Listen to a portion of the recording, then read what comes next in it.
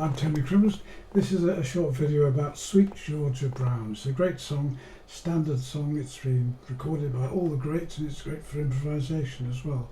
I'll go through it first of all, and then I'll talk about the chords, and I'll give you then a more professional way of playing the chords, and also the melody in both ukulele tablature and in standard notation, so other people can join in playing with it.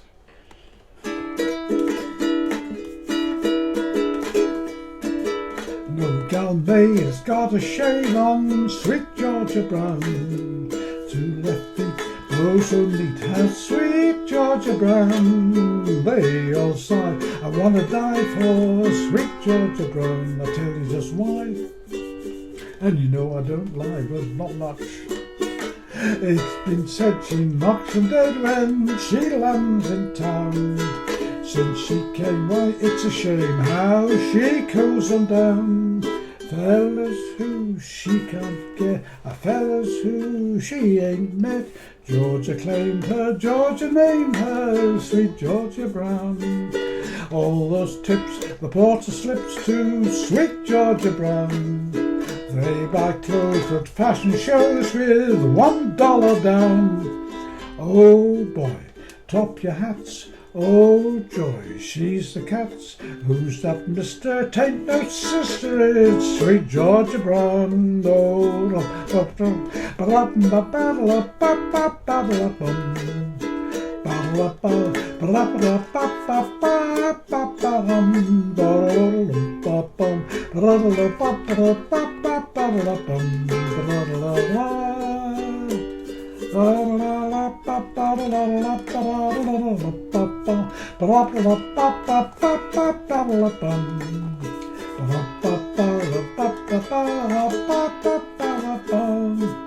fellas who she can't get, a fella's shoes she ain't met.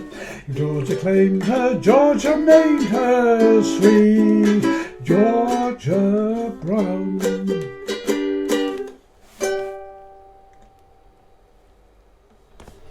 Right, there are just 6 chords involved. You've got E7, which is this.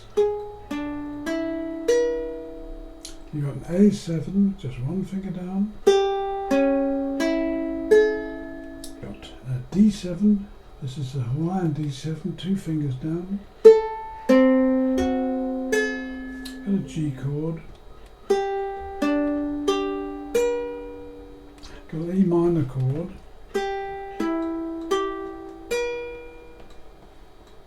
3 fingers there. And you've got a B7 chord, which requires a bar at fret 2 and then just 1 finger down.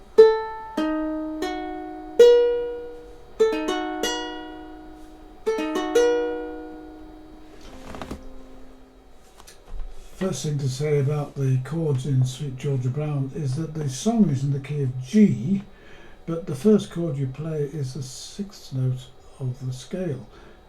G, A, B, C, D, E, E, and it's an E7, so it wants to resolve to an A chord, and it does, but it's an A7 which wants to resolve then to a D chord, which it does, but it's a D7 that resolves to a G, as you'd expect.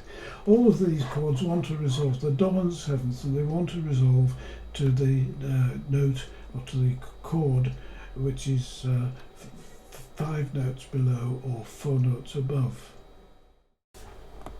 What do I mean about a dominant 7th? Well, every note of this scale has got a name. First note is called the tonic, second supertonic, third mediant, fourth subdominant. The 5th note of the scale is called the dominant. Then you've got the submediant and the leading note, and you're back to the tonic again. Now, the dominant chord and the tonic chord are the 2 most powerful chords there are. If you add a 7th to the dominant chord, that makes it even more powerful. If you think about it, if you build a 7th note or 7th chord on the first note of the scale, the last 2 notes are a semitone apart, like C, E, G, B, B to C, semitone, G, B, D, F sharp to G, semitone. If you build it on the 5th note of the scale, in C that would be C, it would be G, B, D, F, but it's an F natural, not an F sharp, and so that's a tone beneath the note you started with, the G. And in G that would be D, F, A, C, and that would be a C natural, not a C sharp. So that again is a tone below the note you started with. That makes it very unstable and very unsettled. You've got two notes there which desperately want to move somewhere else. The leading note wants to move up a tone to resolve the scale, and the fourth note of the scale, which is also the seventh note of the dominant, sorry if that sounds complicated, but that wants to move down. And you've got those two notes, and they're a tritone apart. They're three tones apart. Tritone is called the interval of the devil, and it really does unsettle the dominant chord and makes it want to resolve somewhere else. So it makes a very powerful sequence, moving from one dominant seventh to the next, or pretend dominant seventh in this case, because these chords are not really dominants, they're just pretending to be dominant, make it more powerful to move from one to the other. Enough of that, you can look it up if you're interested. I promise you a more professional sequence of chords of Sweet Georgia Brown, and here it is. Doing here, let's go back to basics. There's an A7 shape. If I move that up one finger, one fret, and I put a bar on, that's no longer an A7, it's a B flat 7. B7, C7, C sharp, D, D7, D sharp or E flat 7, G7.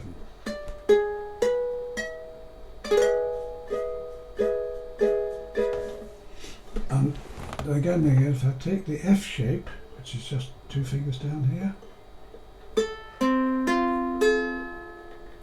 very often you play an F shape with the top note on the first string raised to give it the, instead of an A, you're playing a C, all in the same chord, and you also put the seventh here. It's a bit of a handful, I know, but give it a try. Then again, you can move up all the way through here until you get to here where you've got an A7. So you can move from the E7 to a A7. Then you've got D7, going to a G. That again is an F shape, can you see? Moved up, just two frets and bar put on fret 4. Then you've got the B7.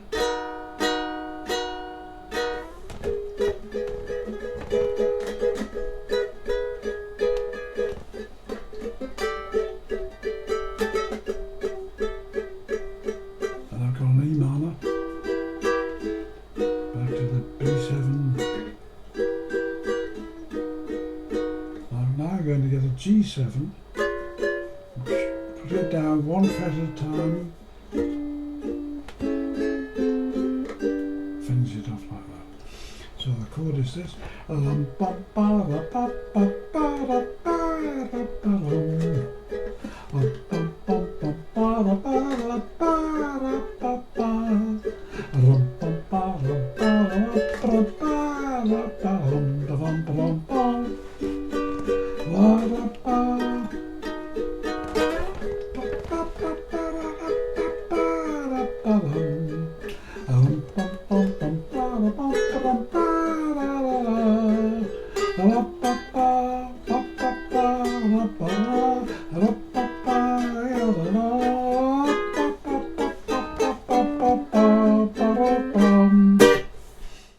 Moving between the E7 and the A7 is not easy, and the only way you can achieve that is by building up muscle memory or motor memory so that your fingers remember that shape, and without thinking about it they will naturally go down to that shape. And the only way you can do that is by repetition, repetition, repetition. Not half a dozen times or a dozen times or 100, but 100 times or more, 500 times if necessary.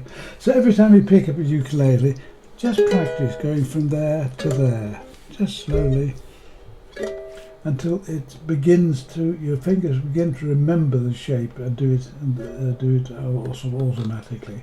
Same is true from any complex shape. Don't waste your time on the whole song.